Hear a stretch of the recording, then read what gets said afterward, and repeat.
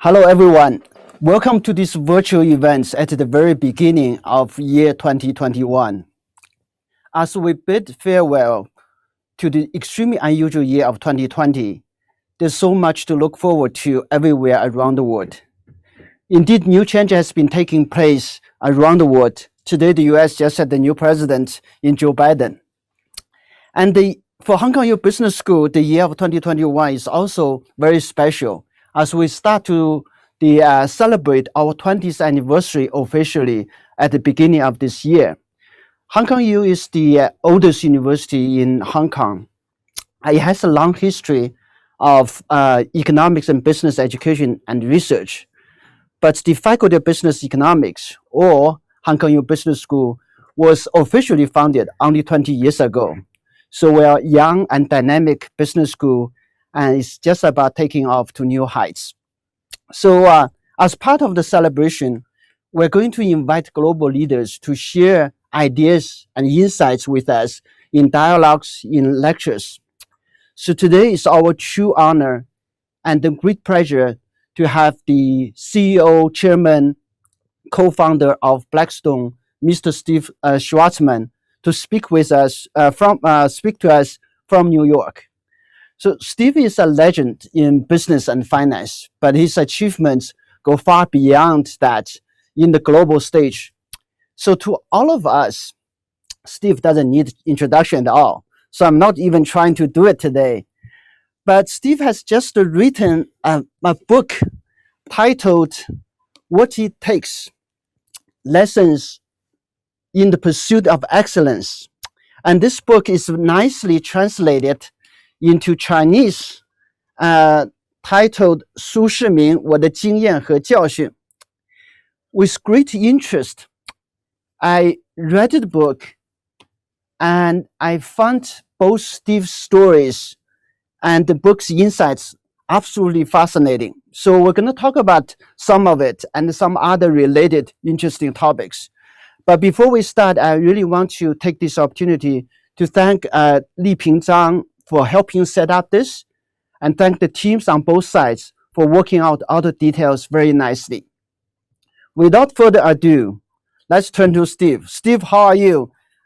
I'm pretty good. It's early in the morning, but it's a good time for you.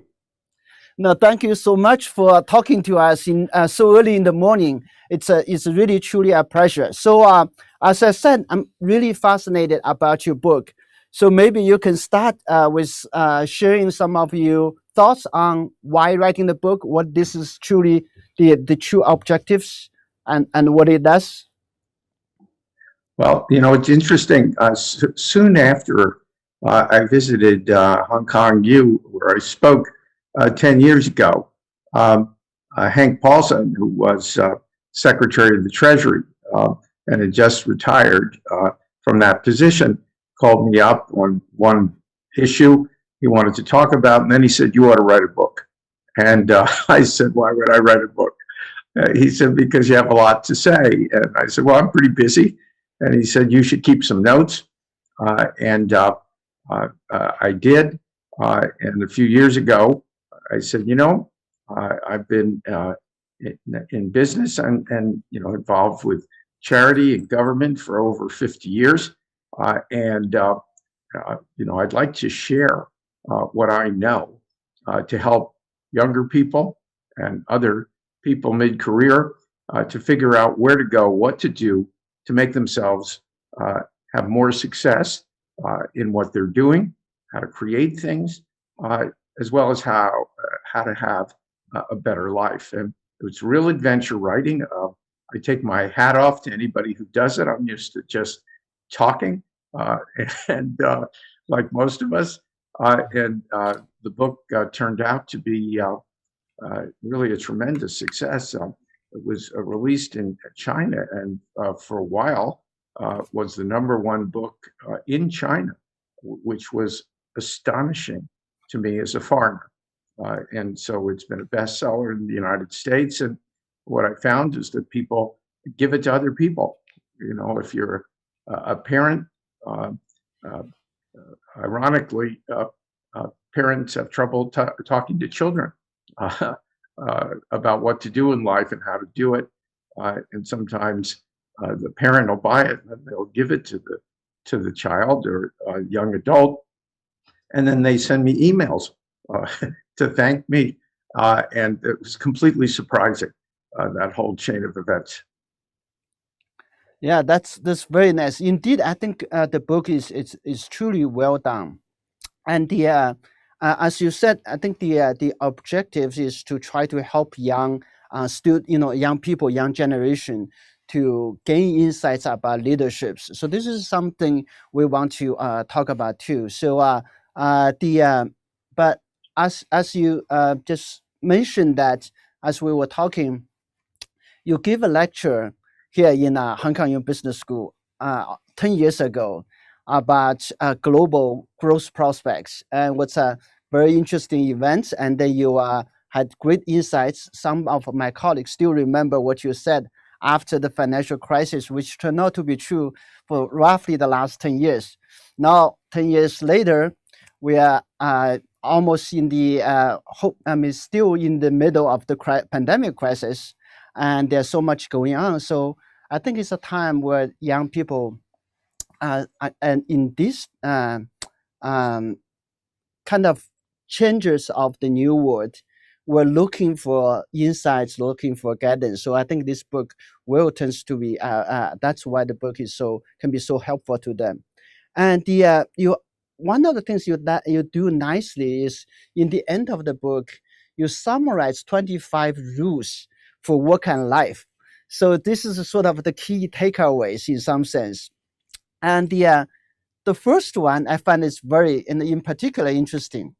So this is relates to one common question lots of the young people are facing, right? When they're thinking about planning for their career, and then what's their life, goals, objectives. Um, how do you set up ambitious goals? You can't be too ambitious, right? Not everyone can be Steve Schwarzman, right? If you be too ambitious and not achievable, you will struggle too. So how do you set ambitious yet achievable goals? And then the first rule you have in your book, you said something like this. You said it's as easy to do something big as it is to do something small. So reach for a fantasy worthy of your pursuit, with rewards commensurate to your efforts. I find this fascinating. So how do you, can you elaborate on this? How do young people set ambitious goals? Well, I think, there's only so much time we have in life. Right. And if you're doing something pedestrian, you'll be doing it pretty much full time. And if you're thinking about doing something that's much more ambitious, you'll be doing that full time. So you might as well come up with something to focus on that you think is got a lot of potential, is a big idea, as opposed to just doing something that someone else has already been doing, and maybe you could do it a tiny bit better. That's ultimately okay, but it doesn't, as we say in colloquial English, move the needle. And so I've always believed that sort of the toughest thing to do is to come up with that kind of idea that's really going to change something. And it doesn't have to change the whole world. Some of mine do, but it changes an area. Or if you're working someplace already, makes what you're trying to achieve much more consequential. So part of being successful, I think, is having an imagination and making sure what you come up with is actually in touch with reality, not just your own fantasies. And if you have something of that type, it motivates not just yourself, but you can drag other people into your dream because it's worthy to create something. And when you go after something that's quite large, the financial consequences, if it's going to be commercial, also becomes much bigger. You can afford to pay people more as you develop that kind of idea. And you also, if it's something new or pushing on an existing paradigm, you can attract people. You can take it around the world often in terms of an idea, which is also helpful. And if you constantly have as your filter, how big can this be? How consequential? How exciting is it? Both to excite yourself and others to come along on the adventure. That's a lot different than just going to work someplace and just doing what you're asked. You start out doing it that way. None of us just get hatched, to be Bill Gates or Steve Jobs or some of the consequential figures. But we evolve, and I think it's an important part of being a leader in any kind of organization, whether it's commercial or philanthropic. Yeah, so that's very nice. I think the imagination, dare to take risk, try to do something meaningful, try to make changes, and try to have an impact. Those are the things certainly come out from your life stories, from your whole career. And the another thing you said in the one of the rules is to never get complacent. Realizing someone, individuals, you have potentials, try to reach that, achieve that potentials, and try everything to try all your best and set up ambitious goals. Those are the things I think will be inspiring for young people.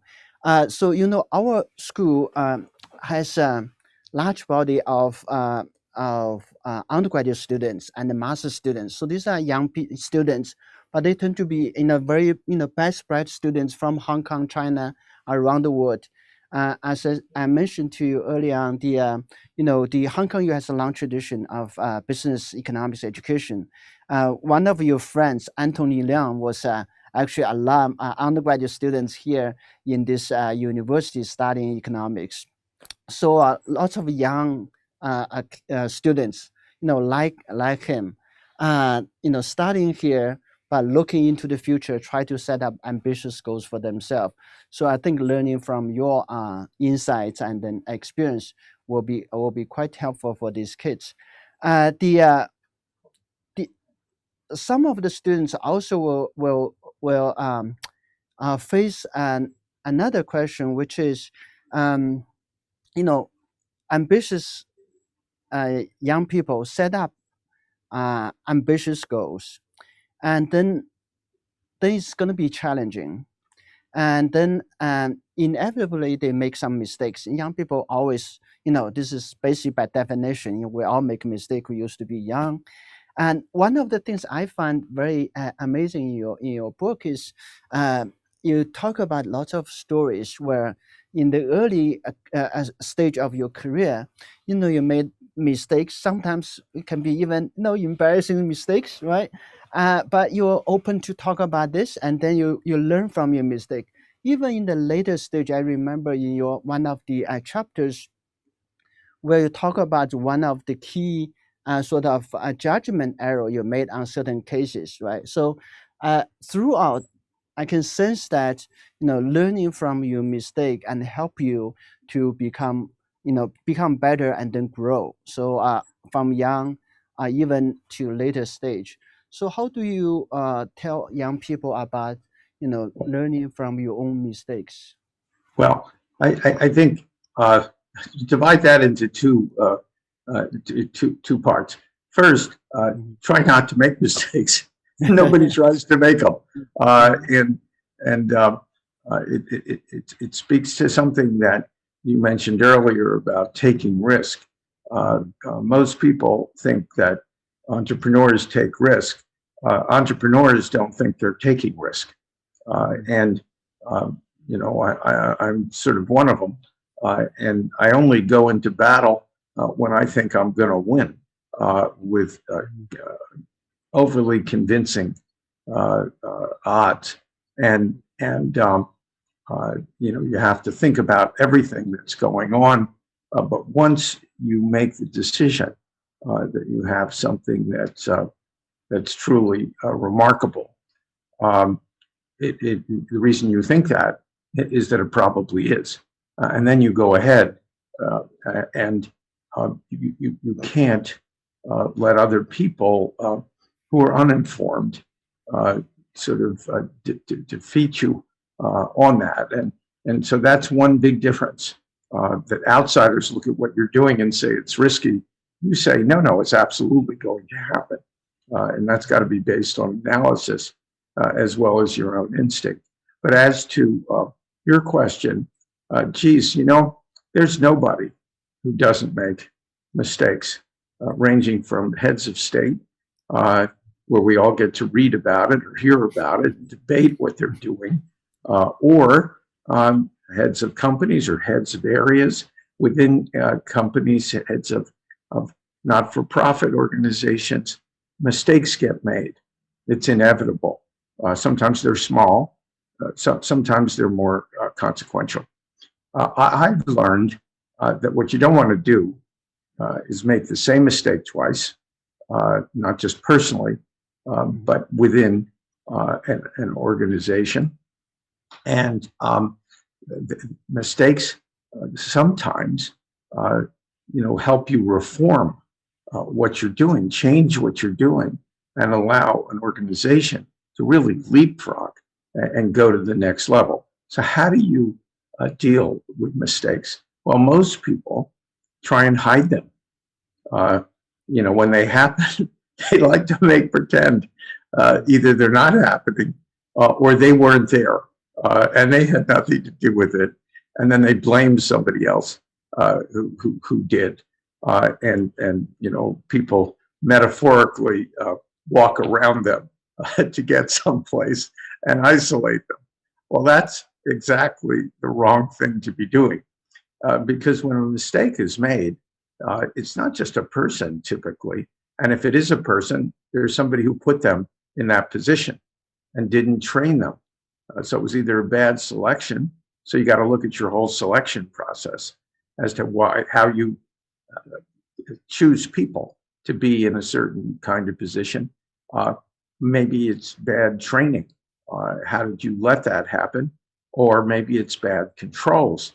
In other words, that person had too much authority, too much flexibility to do what, quote, they thought was right, which you'd turn out that they weren't right. But you didn't have the debate or the process internally on something significant to basically add guardrails to provide advice. And if the organization manifested either with one other person or a group, could have stopped that individual from going in the wrong direction, but nobody assembled the organization. There weren't risk controls to analyze it. So what happens is no one makes a decision typically alone where other people don't bear responsibility. And if you're the head of something, the way I am in a variety of organizations, then everything ends up being your fault. So if you start from there and you say, okay, how do we learn from this?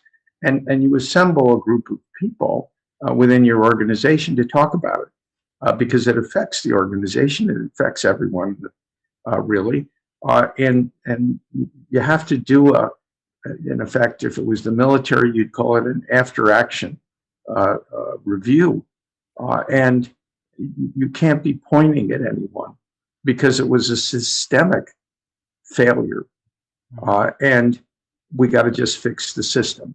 And if everybody knows that you're not going to sweep mistakes under the rug, and that we can all learn from them and be better, then I find without the reforms, if you will, from some of the mistakes that I've been involved with over the years, we never would have made it to the kind of position we were. And sometimes those mistakes can really hurt an organization.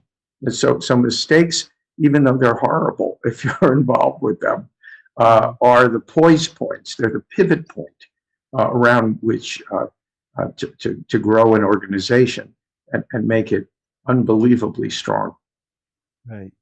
No, that's very nice. The other business leaders also sometimes comment that our business school cases tend to teach all successful cases. But actually, business failures can also be very good lessons for students and then managers, young professionals to learn. And again, learning from your experiences also reveals that it's important to learn from your own mistakes, and then that's just part of the development, both personal and professionally. The another interesting, very interesting insights from your book I find is that you know young people, when ambitious young people, especially when they try to um, come up with their own ideas and try to be entrepreneurial and try to think out of the box, sometimes they don't they don't know where to start that, to have their unique ideas and perspectives. But one insight you keep on, I think, telling from your experiences is that you say, don't look at your own problem, look at other people's problem, and then try to see how you can help solve other people's problem, both personal, level, and also business level, organization level. And when you start Blackstone, you say, how can I help other people, help other difficult problems when no one can solve. If I come up with solution, there's less competition, and that's where I create my value. I find that's very uniquely insightful. So, can you share a little bit more on this? Sure. The only reason why any organization stays in business is it's solving some problem for somebody, even if they don't know they have that problem. And I find being, I guess you would call it customer focused, or other people focused. Even in a negotiation, what's on that person's mind? It's no achievement to know what's on your own mind. Right. Some people think that's preparation. That's so easy. If you don't know what you're doing there, no one else knows. But the key is putting yourself in the place of a person opposite you, if it's a negotiation, or if you're developing products or a service. You must know what the other person is concerned about, and if you put yourself in their place, what's concerning you, and if you really do two things at once: one, be you; the second, be them. And you can almost have a negotiation without them being there. I know that sounds a little crazy, but that sense of being able to rehearse what's going to happen by knowing what their objectives are. And sometimes you only find out in the middle of a discussion. When they say something, you go, geez, I didn't know that. So that's what I have to solve to make something work.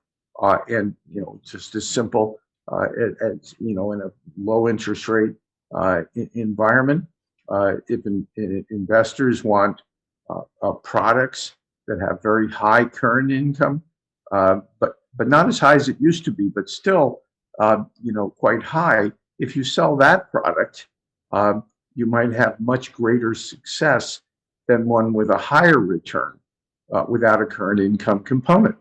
Or you can say you can split those two things. So one product for people who like the high return, and the other product for people who want a lower return, but much more of it in current cash. Now, I realize that doesn't sound like a blinding insight, but if you're just selling one product and you're not aware the world's changed, so somebody else really needs current income in a zero interest rate environment. It's easier to create lower returns, for example, than higher returns, and you can sell much more of that kind of product. That's just a very simple example, but I find that the key to being, well, there are many keys, but one of the keys to being really successful is knowing what other people want. And once you know what they want, it's not as hard as you think to develop the solution. It's harder to figure out what they actually want. Right. So this is indeed sometimes easier said than done. Right. Just to say, we often say the put in other people's shoes, or when we do the formal teaching, we usually say what's the valuation proposal, what's the value creation and solutions you can propose. But when people do get into real situations, the tendency often comes back to say, what I want, what do I want to achieve, instead of focusing on the your partner, your business opponents or other people's interest.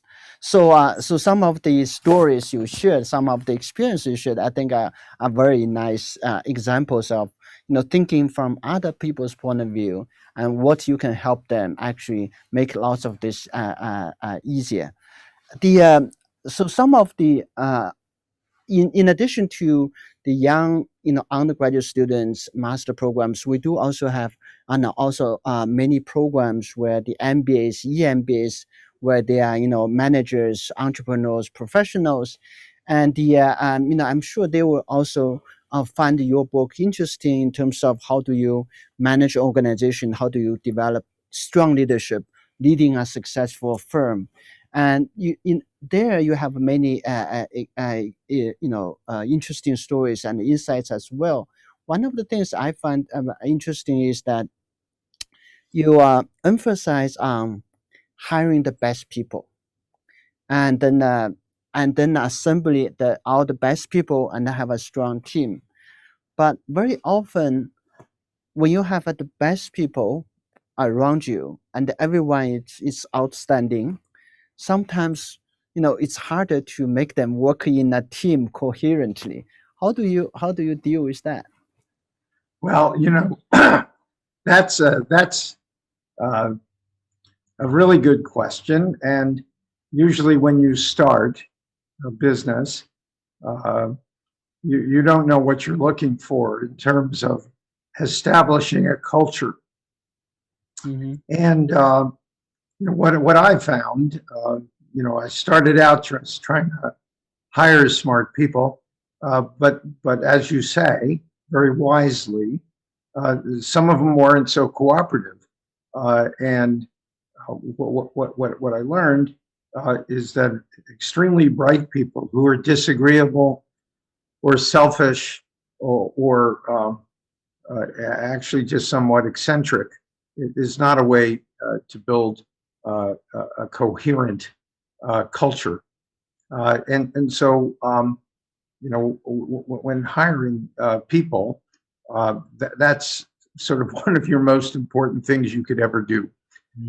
And I look at that and I say, first of all, is this a nice person I could work with, and that other people could work with? And yes, they have to be bright. It's good if they're articulate and can sort of tell people what's on their mind. I look at whether people can handle stress and uncertainty, and whether they're clever or whether they're just process oriented. Hopefully, what I've also learned is that after you're 40 years old, you are your reputation. When you're younger than 40, you're still learning, you're still trying out different aspects of yourself. But when you're over 40, what other people think of you in the outside world is probably who you are, because enough people have met you. To avoid the problem that you're talking about is part the selection, but the second is articulating what you believe in, and to new people who want to join the organization. And if you say, look, we're like an open, horizontally managed or organization, we believe everyone, from a first-year person to the most senior person, is equal.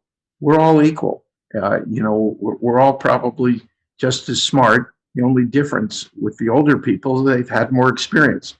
So we'll treat everybody with enormous respect. We'll allow you to progress as rapidly as your talent takes you. We don't tolerate internal politics. There are two ways you can get fired. One is not being good at what you do. The second is for internal politics. We'll be expanding the organization. There will be a great place for every person of talent. You don't have to have odd behavior towards another human being in the organization to be successful. You don't have to run over anybody. You don't have to push them aside. We're watching, in effect, everyone.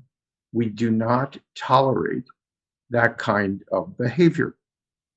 And everyone with a gift can do really, really well. Our biggest short supply are great people, not great opportunities. And so if you articulate that to an organization with enormous frequency, and everybody who's interviewing somebody says the same thing to them. So some people don't like an environment like that. They like pushing people around. They like, overly asserting themselves. They're either nasty or a little strange. And that's the human condition. People come in all kinds of types. But I've learned that the kind of type I'm describing is what really creates an organization where people are excited to go to work every day. It was a funny thing. I had the head of one of the largest financial institutions in the world about 10 years ago call me, and he said, "Steve, how do you keep all these amazing people?"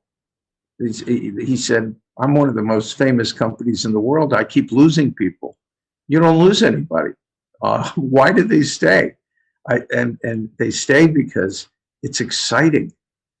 We're doing new things. Everybody is fired up. We're all learning together. It's a lifetime learning culture.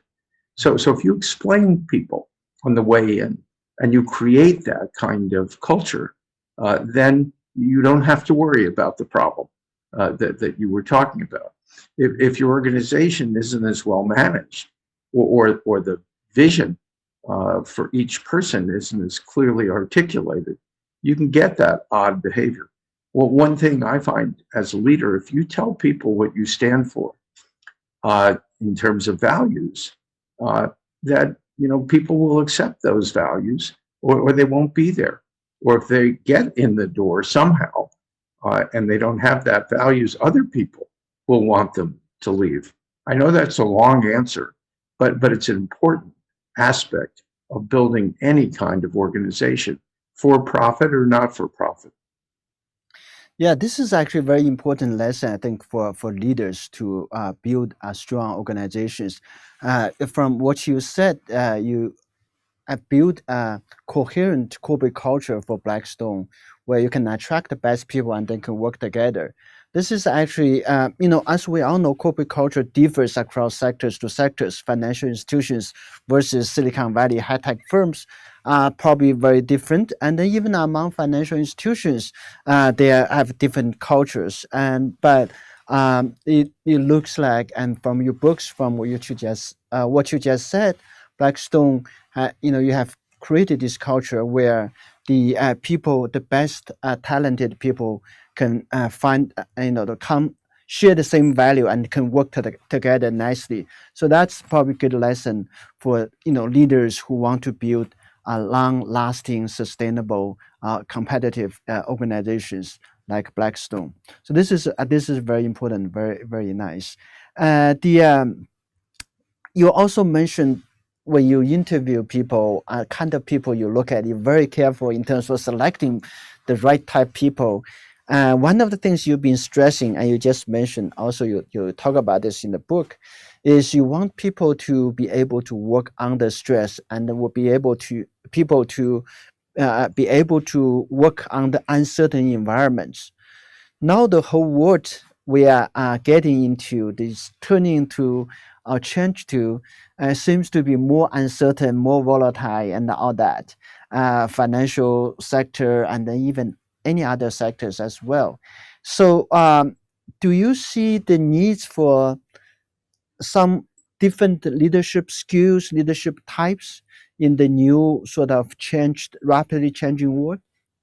Yeah, I think the world always keeps changing, and that's for the benefit of younger people and people going up through organizations of all types.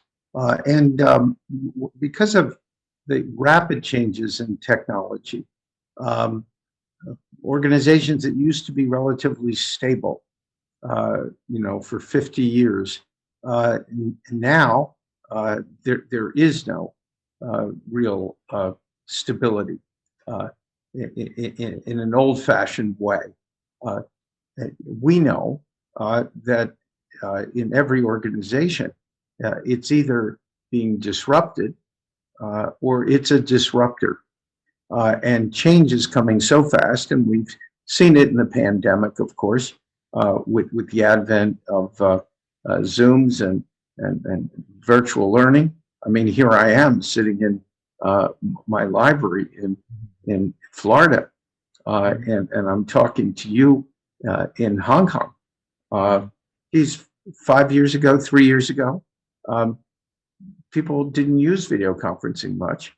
Now everybody does this stuff, and it changes the world. There's less travel, of course. There's mandated less travel now because of COVID, but behavior patterns are going to be modified on a longer term basis, and we all know that things are meant to change. So if you're in a leadership position, you have to talk to your people, to your customers, to your suppliers about what changes are going on. What should we be looking for? You have to be open to that. You have to recognize that whatever you're doing today that's successful may not work tomorrow. So there's a deep humility that goes with that. Um, that current success is not the indicator of future success that it used to be, and you have to have people around you aware when you're analyzing almost anything that you're planning on doing, that the world is changing so fast. How's this new idea going to work? And what should we be learning constantly from the outside to inform what we're doing? And how do we become a disruptor rather than disrupted? Every organization, probably your own as well, has some parts of what it's doing that's disrupting somebody, and some parts where you are being disrupted. And so this way of thinking, which is not business as usual, forgive that hackneyed term, is a state of mind. And in today's world, I think everyone in a position of leadership and people no matter what they do, has to be aware that those changes are about to happen to them. Right. So the technology revolution and progress is certainly changing the business landscape, changing the whole world. But there are also other changes where people see, for example, the social issues. The many common issues like climate change and others, and there's also in many societies, the increasing income inequality, wealth inequality, poverty, pollution, all other issues. So there's a call among many corporate sectors and then many other parts of the society for corporations to be more take more responsibilities towards solving those addressing those social issues. And from your own experience, right, you are not only the heads on the Blackstone, right, co-founder, chairman, the CEO. You do so many things, investing and helping so many different parts in education sector, culture, and other places. So, do you see the need in the future where corporate leaders need to be more socially responsible? Do you agree with that? How do you see that? Well, I think over the decades, there have been huge changes in that regard. I think the internet has profoundly changed the way people encounter the world. And it doesn't matter who they are and where they're from and where they're located. They have sort of leveled out the world where everybody can see everything. And people have different wants, desires, views, ability to unite to bring pressure politically. In almost every country in the world. And this is washed in to the business community and to other leaders where you're aware of the shortfalls in our collective societies. And those shortfalls need to be addressed. And everybody is a participant in trying to bring a better life, if you will, to others, and that's important in the corporate world. It's sort of a moral position, and so I think that the business communities globally are responding to this. Some more, some a little less, but almost no company of scale can be immune to these factors and doing what they think is right from a social responsibility perspective. No one company can solve all the world's ills. On the other hand, you have to take a broad view of the impact of what you're doing on society. And so, for example, we've had a chief sustainability officer at Blackstone for 10 years. We haven't really waited until this has become a critical or more fashionable or mandated type of activity. And you have to look at the impact of what you do for the greater good of society. So I think these are wise things to do. I think they're important things to do. And we set out an objective, for example, to decrease our electricity consumption by 15% every time we buy an asset, because that's one way of addressing some element of climate change. And we have a variety of ESG initiatives in all the aspects of our firm. We have, sort of Blackstone, the parent company, if you will. We have about 3,000 people, but we have companies and other assets with about 500,000 people. So we have a good deal of impact on the world, and we're taking an active role. And I think business, particularly larger companies, the ones I know, are virtually all engaged in this type of approach. Right. So very nice. The part of your own success and the success of the Blackstone seems to be that at a very critical turn of of the business trends, before the financial crisis, somehow you were able to see the turning points and make the right judgment, and then take actions. So you talk about the last financial crisis and then before. The so and then you're also very active in extremely influential in policy making circles in the US. You're very active in the international stage, helping to bridge the international relations. In particular, I know that you've been very active in trying to help keeping the dialogues between US China. Now these are the things that the changes of the global economy, changes of the global international politics are something that the everyone is interested in knowing. So how can you share? Let me just be more specific than given the time we have. We have the new U.S. president in today.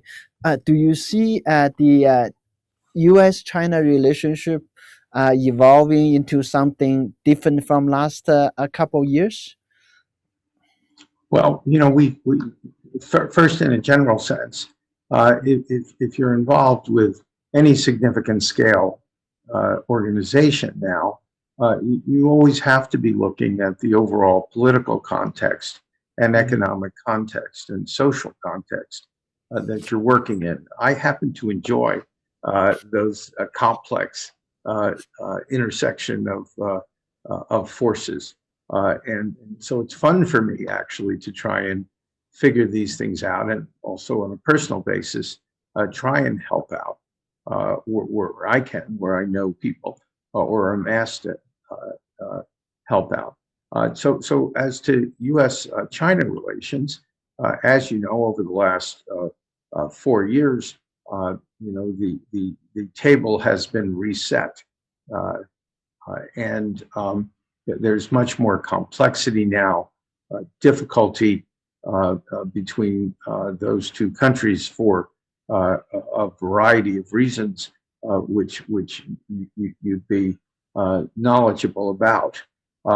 In the United States, we have changes of government, or potential changes of government. We have presidential elections every 4 years. Sometimes the same president gets elected twice.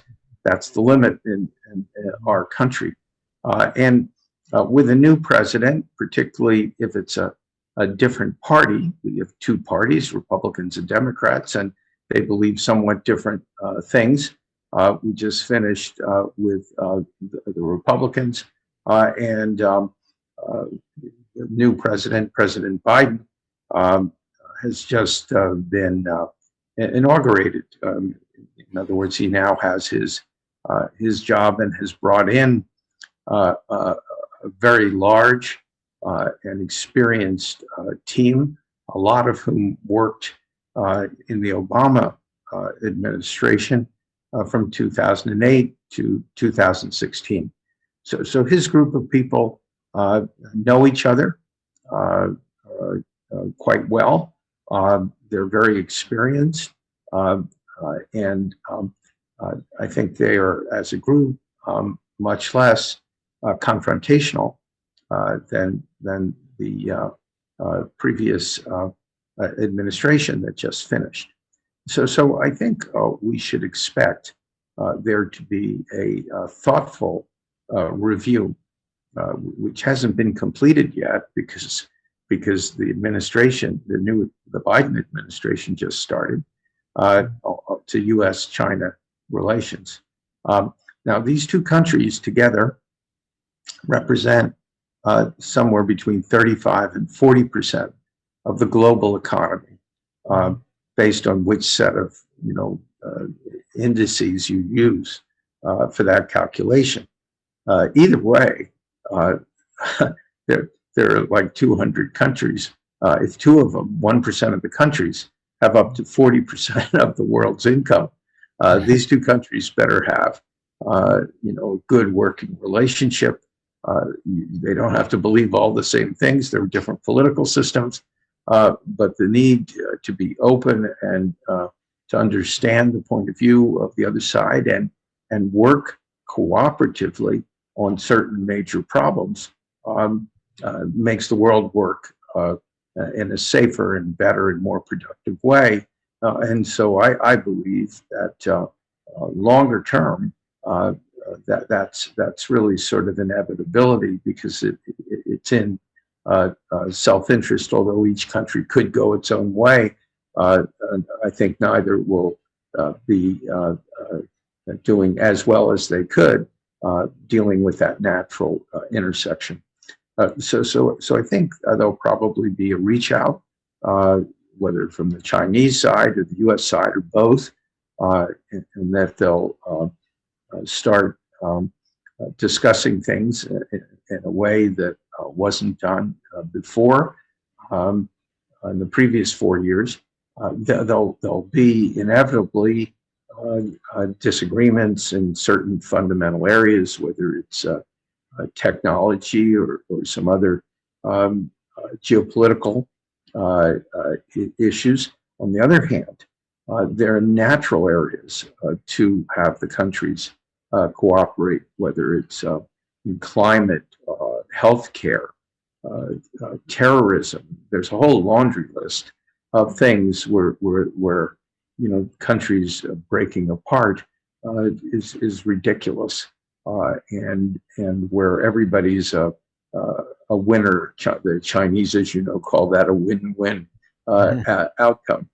So I think we'll start seeing these types of things, and and China's slowly opening in areas in the financial area, for example, and you may see a recommencement of certain discussions there. Not the first thing that would be on the agenda, but I think that there's still in the U.S. and our Congress sort of concern about the relationship, but I think we'll have a different tone with the Biden administration, and more of an openness for dialogue by both countries. Yeah, I actually sense some positive, optimistic tone from your comments, and this is encouraging from someone like you who know both sides so well. Because as we all know, the U.S. China, the importance of the two countries in terms of economy, the size of economy, interconnections, common interests. These are very obvious. But on the other hand, there are also deep differences between the two countries, which leads to lots of the tensions as we saw the last few years. So we are but this is very. Thank you very much for this comment, and then it's encouraging to hear what you said. Now, we are unfortunately running out of time, but we have a few more minutes. I want to there are actually many colleagues, students, alums are online. They actually are sending a lot of questions. I want to just pick on a couple of very quick questions for you to respond. The first question it's from my colleague, Highway 10. International trade experts. His question is just following on what we just said. Given the U.S.-China tension, what can we academics and universities do in Hong Kong and as well as in the U.S. to foster constructive academic exchanges and dialogues across the Pacific? you've been involved with universities on both places too. Actually, more than that, Oxford and then other places, but in the U.S., in China. So what do you think our academics can do to foster the relationship? I think the academic world has a real role to play. I started something at Tsinghua University in Beijing called the Schwarzman Scholars, which has now got its sixth cohort. Um, and, the reason to do that was to open the dialogue between China and the rest of the world. And it's been astonishingly successful. It's become one of the most prestigious programs in the world for foreign exchange, like the Rhodes Scholarship. I find that doing something of that type, which involves, in our case, students from 40 students, 40 countries around the world, almost 100 universities, to bring them to China and expose them to the leadership and all kinds of other experiences going around the country learning Mandarin. That's just one example of a very high impact academic program that has been really accepted and endorsed at the highest levels in the mainland and in the academic community around the world. And so the outside world doesn't know much about China, and they think they do in terms of headlines, but providing context and cultural explanations to people, I think is a very, very good thing and role that the academic community can do. Yeah, thank you. And then just pick on what you said. The outside world doesn't really know China very well. That's I think absolutely agree with that. At least doesn't know enough, know well enough. And then I think Hong Kong U University in Hong Kong can also help to bridge that understanding gap between the two sides. Now, one last question. The one of our students asked, "Do you think Hong Kong still enjoys the advantage of being a global financial city? What do you think of Hong Kong's future? You know Hong Kong so well, so maybe everyone of us here in Hong Kong is thinking about what's the future of Hong Kong, whether this is still looking good. So, what do you think?" Well, I think it's still looking good. We have a very big office. It's our biggest office in Asia, and we're very happy with our relationships in Hong Kong. It's a very dynamic place, and we like it, and we're not planning on making any changes. And so I think the future there is good. It's a little more complex than it was, but you have a critical mass of extremely bright people and good systems and wise financial management of Hong Kong. So I don't foresee any really significant changes there. One thing I'd like to say at the end is I want to thank Anthony Leung, who you mentioned at the beginning of your remarks.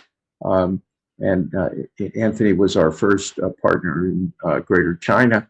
And without Anthony shepherding me, if you will, teaching me how things worked in that part of the world, I wouldn't be able to have played the kind of critical role I did in the Hong Kong-U.S.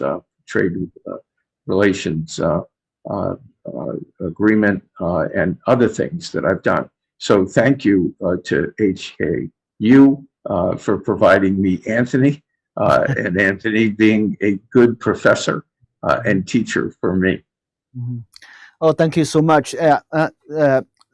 Unfortunately, we're running out of time, Steve, but this is super interesting, fascinating, fantastic. So thank you so much for taking the time talking to us from in the early morning in Florida.